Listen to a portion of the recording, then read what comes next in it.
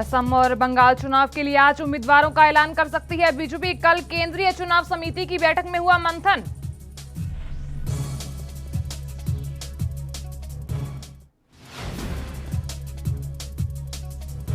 आज से हरियाणा विधानसभा का बजट सत्र, सदन में हंगामे रहने के आसार। कांग्रेस आज कृषि कानूनों के खिलाफ करेगी रोष मार्च।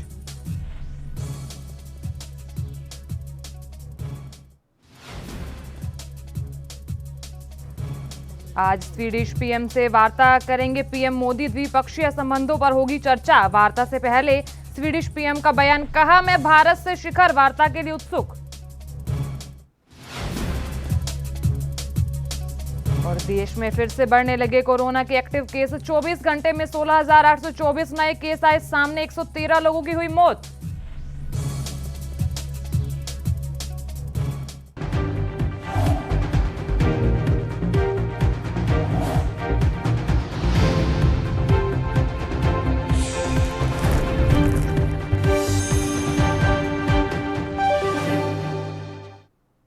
नमस्कार, एनबी न्यूज देख रहे हैं आप और मैं हूं आपके साथ साधना बत्रा। बुलेटिन का आगाज इस बड़ी खबर से करेंगे। असम, पश्चिम बंगाल समेत 5 राज्यों के विधानसभा चुनाव के लिए उम्मीदवारों के नाम तय करने के लिए गुरुवार को पार्टी मुख्यालय में बीजेपी केंद्रीय चुनाव समिति की बैठक हुई।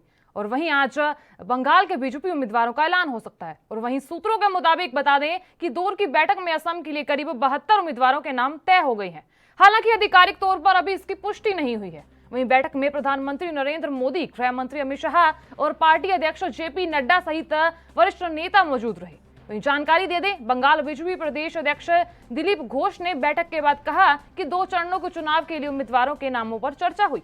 अंतिम फैसला लेने के बाद उम्मीदवारों के नामों का ऐलान कर दिया जाएगा। वहीं बैठक में शामिल बीजेपी नेता मुकुल रॉय ने कहा कि पार्टी कार्यकर्ता चाहते हैं कि शुवेंदु अधिकारी नंदीग्राम सीट से लड़े।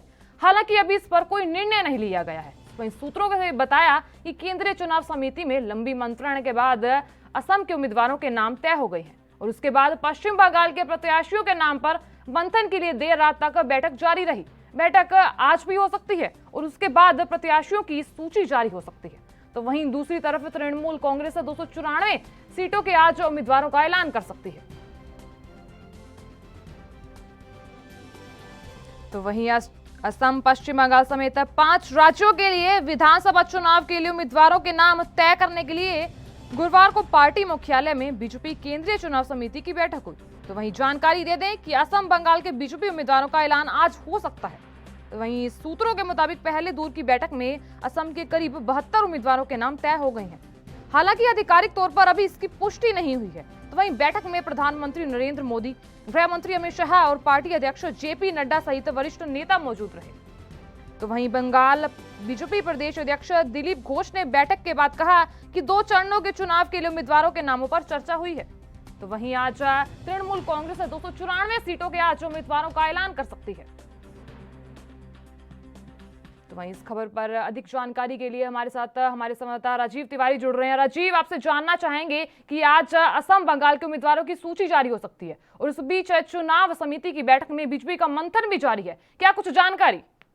देखिए, बिल्कुल इस तरीके से आसाम को लेकर जो बीजेपी के अंदर जो बैठक की गई थी उसके अंदर 92 जो उम्मीदवार है उनकी लिस्ट जारी हो चुकी है। और कहीं ना कहीं कोशिश की जाएगी, रणनीति बनाई जाएगी हर तरीके से कि आसाम के अंदर भाजपा की सरकार बन सके। मगर जिस तरीके से लगातार कल जो मंथन हुआ था और उसके अंदर लगातार जेपी नड्डा की बात करें या अमित शाह की बात करें, या लगातार यही कोशिश बनाई गई थी कि आसाम के अंदर लगातार कहीं ना कहीं भाजपा की सरकार बने और जो ममता बनर्जी की सरकार है उसको हटाया जा सके। मगर कहीं ना कहीं ममता बनर्जी के एक ऐसा चेहरा है, उनको हटाना इतना मुश्किल, बहुत ज्यादा मुश्किल है। और कहीं ना कहीं उनके लिए ऐसा उम्मीदवार चुनना पड़ेगा जिससे कहीं ना कहीं ममता बनर्जी को टक्कर दे सके। मगर कहीं ना कहीं ये भी कहा जा रहा है कि लगातार कि ममता बनर्जी को हटाना काफी मुश्किल है, क्योंकि ये भाजपा को भी पता है कि ममता बनर्जी का गढ़ है वो आसाम, और आसाम के अंदर ममता बनर्जी को हराना बहुत ज्यादा मुश्किल है। इसीलिए लगातार भाजपा जो है वो लगातार रणनीति बनाता नजर आ रहा है। जी।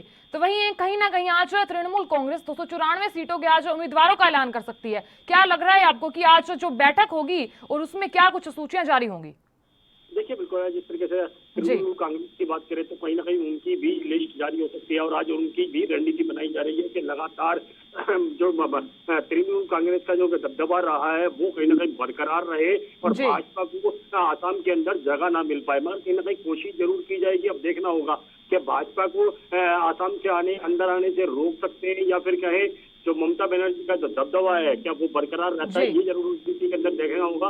मगर लगातार दोनों तरफों से रणनीति बनाई जा रही है और लगातार कोशिश की जाएगी कि आने वाले समय के अंदर जो चुनाव होंगे और जनता उनको ही वोट दे। मगर देखना होगा जनता किसको पसंद करती है, ये तो जनता के हाथ में होगा, क्योंकि उसका फैसला जनता ही कर पाएगी। जी जी राजीव, आज जो बैठक होगी उसमें उम्मीदवारों का ऐलान तो हो सकता है, उस बीच किस मुद्दों पर आज चर्चा हो सकती है राजीव?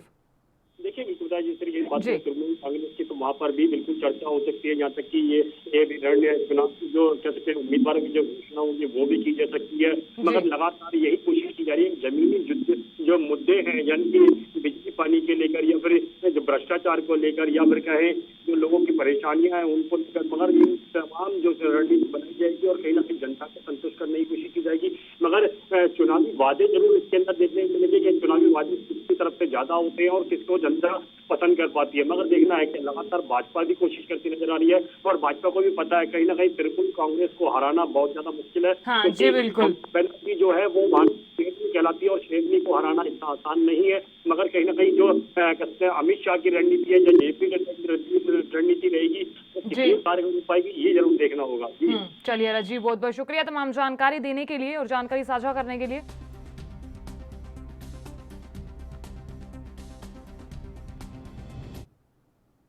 वहीं बीजेपी के वरिष्ठ नेता और केंद्रीय मंत्री वी मुरलीधरन ने अपने उस बयान से यू टर्न ले लिया है जिसमें उन्होंने कहा था कि पार्टी ने घोषणा की कि श्रीधरन केरल में भाजपा की तरफ से मुख्यमंत्री का चेहरा होंगे। जानकारी दे दे, गुरुवार की शाम को विदेश राज्य मंत्री ने अपने ही बयान का खंडन कर दिया है। तो वहीं वी मुरलीधरन के बयान का पार्टी के केरल प्रमुख के सुरेंद्रन ने खंडन भी किया है। साथ ही उन्हें क्रॉस चेक करने की नसीहत दी है। केंद्रीय मंत्री वी मुरलीधरन ने कहा कि कुछ बयान आए थे कि श्रीधरन केरल में सीएम कैंडिडेट होंगे। मैंने मीडिया रिपोर्ट में सुना है कि पार्टी ने उन्हें सीएम कैंडिडेट घोषित कर दिया है और इसके बाद जब मैंने पार्टी प्रमुख के साथ बातचीत की तो मुझे पता चला कि उन्होंने ऐसी कोई घोषणा की ही नहीं है और इसीलिए घोषणा के तौर पर नहीं देखा जाना चाहिए। मैं ये स्पष्ट कर रहा हूँ। और वहीं बता दें, केरल बीजेपी ने श्रीधरन को राज्य में पार्टी का मुख्यमंत्री पद का उम्मीदवार बनाने की सिफारिश की है।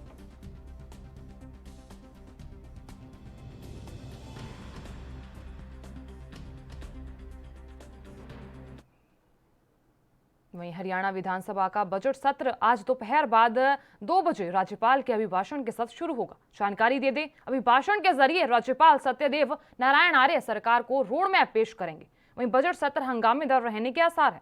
कांग्रेस विधायक दल नए कृषि कानूनों के विरोध में 5 मार्च को दोपहर 1:30 बजे हाईकोर्ट चौक से विधानसभा तक पैदल मार्च करेगा। तो वहीं कांग्रेस विधायक राज्यपाल अभिभाषण के दौरान भी शोर शराबा कर सकते हैं। वहीं सत्र के पहले दिन सरकार के खिलाफ कांग्रेस के अविश्वास प्रस्ताव से माहौल गरमाने की पूरी संभावना जताई जा रही है। तो कार्यवाही शुरू होते ही कांग्रेस के सभी विधायक एक साथ खड़े होकर यह प्रस्ताव रखेंगे कि नियमानुसार A18 एक साथ अगर ये प्रस्ताव लाते हैं तो विधानसभा अध्यक्ष को उसे स्वीकार कर चर्चा और मतदान के लिए समय तय करना होगा और जिसकी जानकारी नेता प्रतिपक्ष और प्रस्ताव सदन में रखने वाले विधायकों को लिखित में देनी होगी।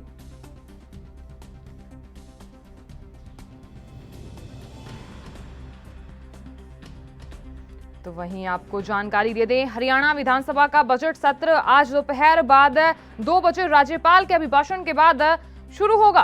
तो वहीं अभिभाषण के जरिए राज्यपाल सत्यदेव नारायण आर्य सरकार का रोड मैप पेश करेंगे। वहीं बजट सत्र हंगामेदार रहने के आसार जताए जा रहे हैं।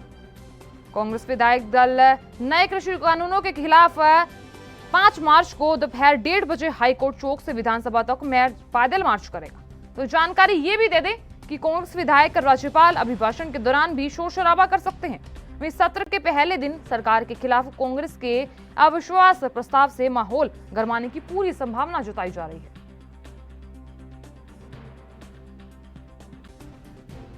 तो वहीं इस खबर पर अधिक जानकारी के लिए अंकुर कपूर हमारे साथ जुड़ रहे हैं। अंकुर, आपसे जानना चाहेंगे कि आज हरियाणा में विधानसभा बजट सत्र होगा, तो इसके लिए क्या कुछ जानकारी?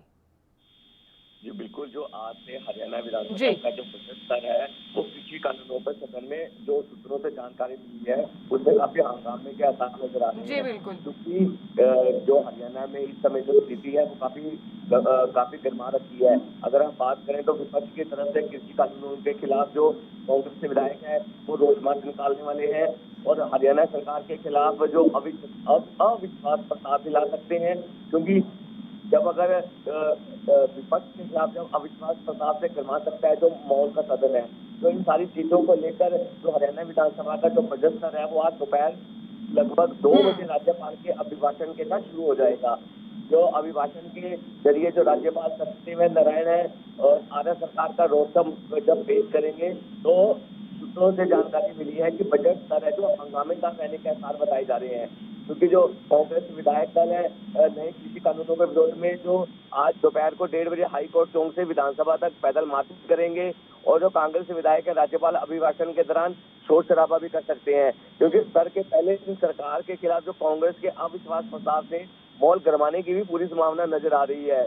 अगर हम बात करेंगे कार्रवाई जैसे ही शुरू होगी, तो कांग्रेस के जो सभी विधायक हैं वो एक साथ खड़े होकर यह प्रस्ताव रखेंगे, क्योंकि नियमानुसार 18 विधायक एक साथ अगर यह प्रस्ताव लाते हैं तो विधानसभा अध्यक्ष को उसे स्वीकार कर चर्चा और मतदान के लिए समय तय करना होगा। यानी कि अगर हम कुल मिलाकर बात करें, जो आज का जो विधानसभा का बजट सत्र है, वो काफी हंगामेदार शुरू होने वाला है। जी बिल्कुल अंकुर। जी अंकुर, आज वहीं अब जताया जा रहा है कि आज हंगामे के आसार हैं और उस बीच आज सरकार का जो रोड मैप है वो भी पेश होगा, क्या कुछ जानकारी? बिल्कुल, अगर हम बात करें, जैसे कि अभी जो सूत्रों से जानकारी मिली है कि जो विपक्ष है वो पूरी तरीके से तैयार होकर आ रहा है। जो आज है विधानसभा का जो बजट सत्र है, उसमें जो कृषि कानूनों का के ऊपर भी काफी हंगामे के साथ नजर आएंगे। जो विपक्ष है वो कृषि कानूनों का मुद्दा भी उठाएगा और अगर हम बात करें तो हरियाणा सरकार के खिलाफ जो अविश्वास प्रस्ताव ला रहे हैं जो विपक्ष, उसको लेकर काफी माहौल गरमा सकता है। तो इन सभी बातों को लेकर जो भी सूत्रों से जानकारी मिल रही है, तो काफी गरमाने वाला जो आज का बजट सत्र है हरियाणा विधानसभा में, वो काफी गरमाने वाला असर बताया जा रहा है, क्योंकि अभिभाषण के जरिए जैसे सत्यदेव नारायण जो सरकार का रोड शो में जो रोड मैप पेश करेंगे, उसके बाद ही जो सत्र है वो काफी हंगामेदार रहने के आसार नजर आ रहे हैं। जी अंकुर जी, चलिए बहुत बहुत शुक्रिया अंकुर तमाम जानकारी देने के लिए और जानकारी साझा करने के लिए।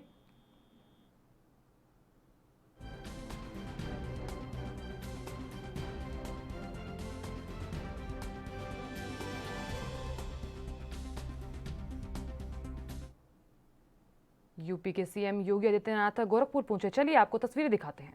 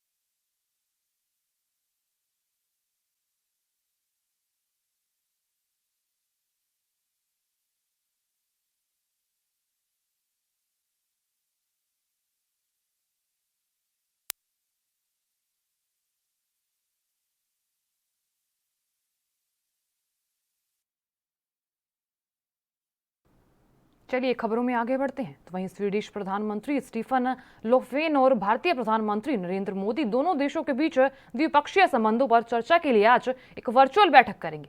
बैठक के दौरान दोनों नेता कोविड के बाद के युग में स्वीडन और भारत के बीच सहयोग को और मजबूत करने के तरीकों और टिकाऊ नवाचार साझेदारी पर चर्चा करेंगे। जानकारी दे दें कि वहीं इससे पहले लोफवेन ने कहा था कि मैं भारत के साथ कल की शिखर वार्ता के लिए उत्सुक हूं और कम से कम इस बात पर चर्चा नहीं की कि हम महामारी से लड़ने के लिए सहयोग को कैसे मजबूत कर सकते हैं और कोविड-19 के बाद अधिक लचीला, टिकाऊ और समान समाज का निर्माण कर सकते हैं। हम क्षेत्रों में कई पहल करेंगे, जैसे कि जलवायु, नवाचार और स्वास्थ्य सहयोग।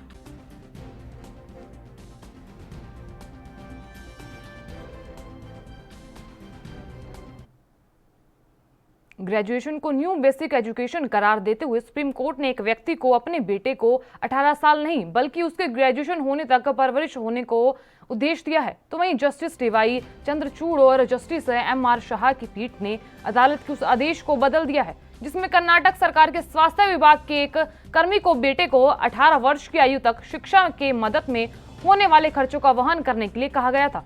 पीठ ने कहा कि सिर्फ 18 साल तक की ही वित्तीय मदद करना आज की परिस्थिति में पर्याप्त नहीं है, क्योंकि अब बेसिक डिग्री कॉलेज समाप्त करने के बाद ही प्राप्त होती है। दरअसल स्वास्थ्य विभाग में काम करने वाले इस कर्मी का जून 2005 में पहली पत्नी से तलाक हो गया था। तो वहीं जानकारी दे दे, जिसके बाद फैमिली कोर्ट ने सितंबर 2017 में बच्चे की परवरिश के लिए उस शख्स को 20,000 रुपए हर महीने देने का आदेश दिया था। बाद में उसने हाईकोर्ट का दरवाजा खटखटाया। राहत नहीं मिलने पर उस व्यक्ति ने सुप्रीम कोर्ट का रुख किया था। सरकारी कर्मी की ओर से सुप्रीम कोर्ट में दलील दी गई कि उसके हाथ में आने वाला वेतन करीब 21,000 है और ऐसे में वो 20,000 कैसे देगा। वही मुकल्ली ने दूसरी शादी कर ली। तो वहीं जानकारी दे दें कि दूसरी शादी से उसके 2 बच्चे हैं और ऐसे में शादी में जन्मे बच्चे को हर महीने 20,000 रुपए देना नामुमकिन है। और वहीं सरकारी कर्मी की ओर से पेश वकील ने सुप्रीम कोर्ट में यह भी कहा कि हमारे बीच तलाक इसलिए हुआ था क्योंकि पत्नी का किसी दूसरे व्यक्ति से अवैध संबंध था। पीठ ने इस दलील को ठुकराते हुए कहा कि आप इसके लिए बच्चे को दोष नहीं दे सकते और आखिर इसमें बच्चे का क्या दोष है। तो पीठ में यह भी कहा गया कि जब आपने दूसरी शादी की तो आप ये भली भांति जानते होंगे कि आपको पहली शादी से जन्मे बच्चे को भी देखभाल करनी है और ऐसे में सुप्रीम कोर्ट ने उस व्यक्ति को मार्च 2021 से बेटे के रखरखाव के लिए 10,000 रुपए महीने देने के लिए कहा।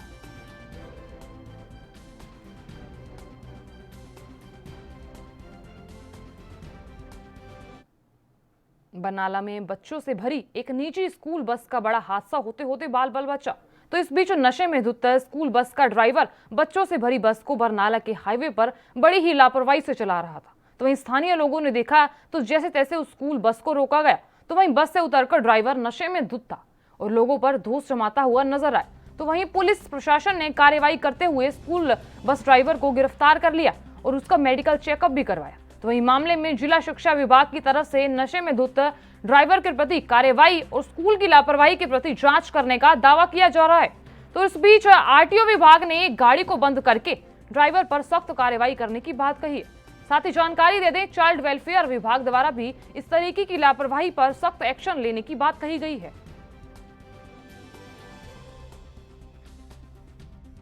PCR ਤੋਂ ਫੋਨ ਆਇਆ ਸੀਗਾ ਇੱਕ ਬੱਸ ਆ ਜਿਹੜੀ ਵੀ ਉਹ ਰਾਹਗੀਰਾਂ ਨੇ ਘੇਰੀ ਹੋਈ ਆ ਸਕੂਲ ਦੀ ਬੱਸ ਆ ਵੀ ਜਿਹੜਾ ਡਰਾਈਵਰ ਹੈਗਾ ਸ਼ਰਾਬੀ ਹਾਲਤ ਦੇ ਵਿੱਚ ਤੇ ਮੌਕੇ ਤੇ ਸਾਡੇ ਡਿਊਟੀ ਅਫਸਰ ਗਏ ਤੇ ਅਸੀਂ ਉਹ ਬੱਸ ਜਿਹੜੀ ਹੈਗੀ ਕਬਜ਼ੇ 'ਚ ਲੈ ਲਈ। ਜਿਹੜੇ ਬੱਚੇ ਸੀ ਉਹ ਸਕੂਲ ਦੂਸਰੀ ਬੱਸ ਰਾਹੀਂ ਭੇਜਤੇ ਤੇ ਡਰਾਈਵਰ ਨੂੰ ਅਸੀਂ ਜਿਹੜਾ ਹੈਗਾ ਲੈ ਲਿਆ ਰਾਤ 'ਚ ਮੁਲਾਜ਼ਾ ਕਰਵਾਇਆ ਜਾ ਰਿਹਾ।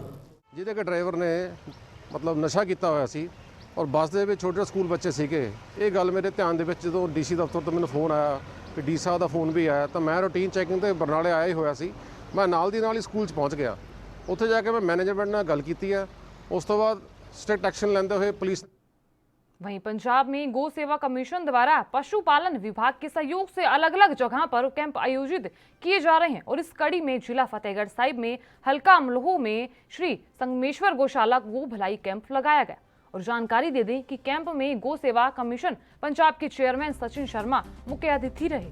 कैंप के दौरान माहिर वेटरनरी डॉक्टरों ने गोधन की सेहत की जांच की और साथ ही दवाएं भी दी। और इस मौके पर गौ सेवा कमीशन के चेयरमैन ने कैंप में 25,000 रुपए की दवाएं भी गौशाला को दी। वहीं चेयरमैन सचिन शर्मा ने कहा कि पंजाब सरकार की हिदायतों के मुताबिक गोधन के सेहत के लिए समूचे पंजाब में प्रत्येक जिले में गो भलाई कैंप लगाए जा रहे हैं।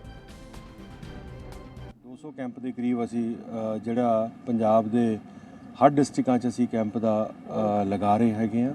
ਇਹ ਗਊ ਭਲਾਈ ਕੈਂਪ ਹੈਗੇ ਨੇ। ਇਹ ਗਊ ਮਾਤਾ ਦੇ ਸੁੱਖ ਸਹੂਲਤ ਲਈ ਉਹਨਾਂ ਦੀ ਕੋਈ ਜਿਵੇਂ ਇੰਜਰਡ ਨੇ, ਬਿਮਾਰ ਨੇ, ਉਹਨਾਂ ਦੀ ਉਪਚਾਰ ਲਈ, ਚਿਕਿਤਸਾ ਲਈ ਇਹ ਕੈਂਪ ਲਗਾਏ ਜਾ ਰਹੇ ਨੇ। ਇਹਦੇ ਵਿੱਚ ਮੁੱਖ ਮੰਤਰੀ ਕੈਪਟਨ ਅਮਰਿੰਦਰ ਸਿੰਘ ਜੀ ਉਹਨਾਂ ਦਾ ਖਾਸ ਤੌਰ ਤੇ ਮੈਨੂੰ ਆਦੇਸ਼ ਸੀਗਾ ਕਿ ਇਹ ਜਿਹੜਾ ਗਊ ਧਨ ਹੈਗਾ ਇਹਦੇ ਉਪਚਾਰ ਲਈ ਵੀ ਕਮਿਸ਼ਨ ਕਰਿਓ कोई। वहीं पंजाब के खन्ना नेशनल हाईवे पर एक युवा लड़की की जलने से मौत का मामला सामने आया है। यह मौके पर पहुंची डीएसपी ने कहा है कि जांचकर्ता हर पहलू की जांच करेंगे और कार्रवाई करेंगे। वहीं लड़की के पिता के अनुसार मौत का कारण ज्ञात नहीं था। तो वहीं यहाँ ध्यान देने वाली बात तो ये है कि राष्ट्रीय राजमार्ग पर हजारों लोग गुजरते हैं, लेकिन किसी ने भी आग बुझाने की कोशिश नहीं की।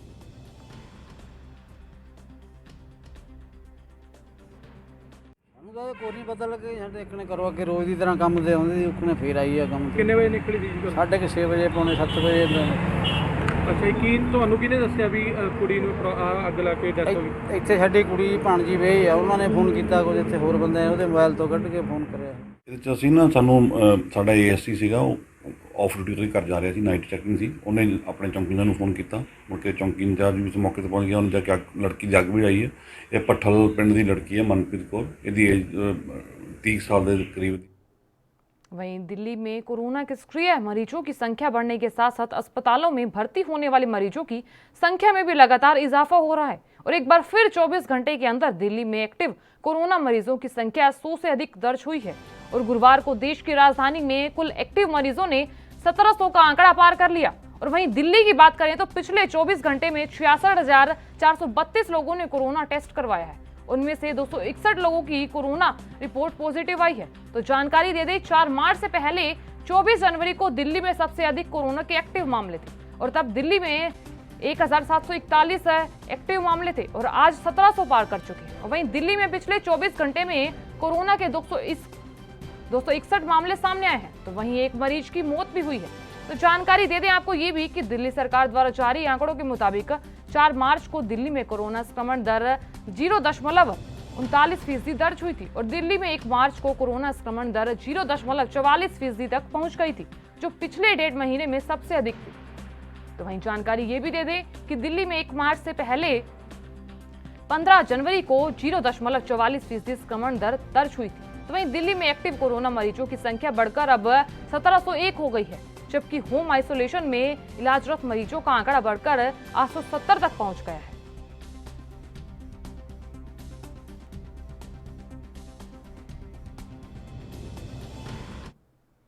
हिमाचल के मुख्यमंत्री जयराम ठाकुर ने विधानसभा में कोरोना वैक्सीन लगवा ली है और उनके साथ विधानसभा अध्यक्ष विपिन परमार ने भी कोरोना वैक्सीन लगवाई। लेकिन धर्मशाला में 1 माह से कोरोना वैक्सीन का इंतजार कर रहे तिब्बतियन गुरु दलाई लामा को अभी तक वैक्सीन नहीं लगाई है।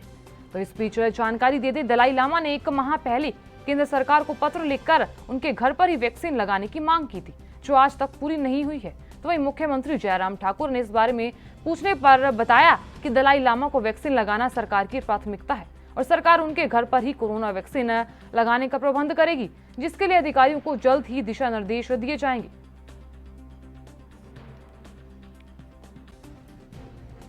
मैसेज और अच्छे से जाएगा कि बाकी लोग कुछ लोग जो शंका कर रहे थे या डर रहे थे, जिनके मन में कुछ डाउट्स है, वो भी क्लियर हो जाएंगे। प्रदेश में जो अभियान है काफी स्पीड पकड़ेगा जी।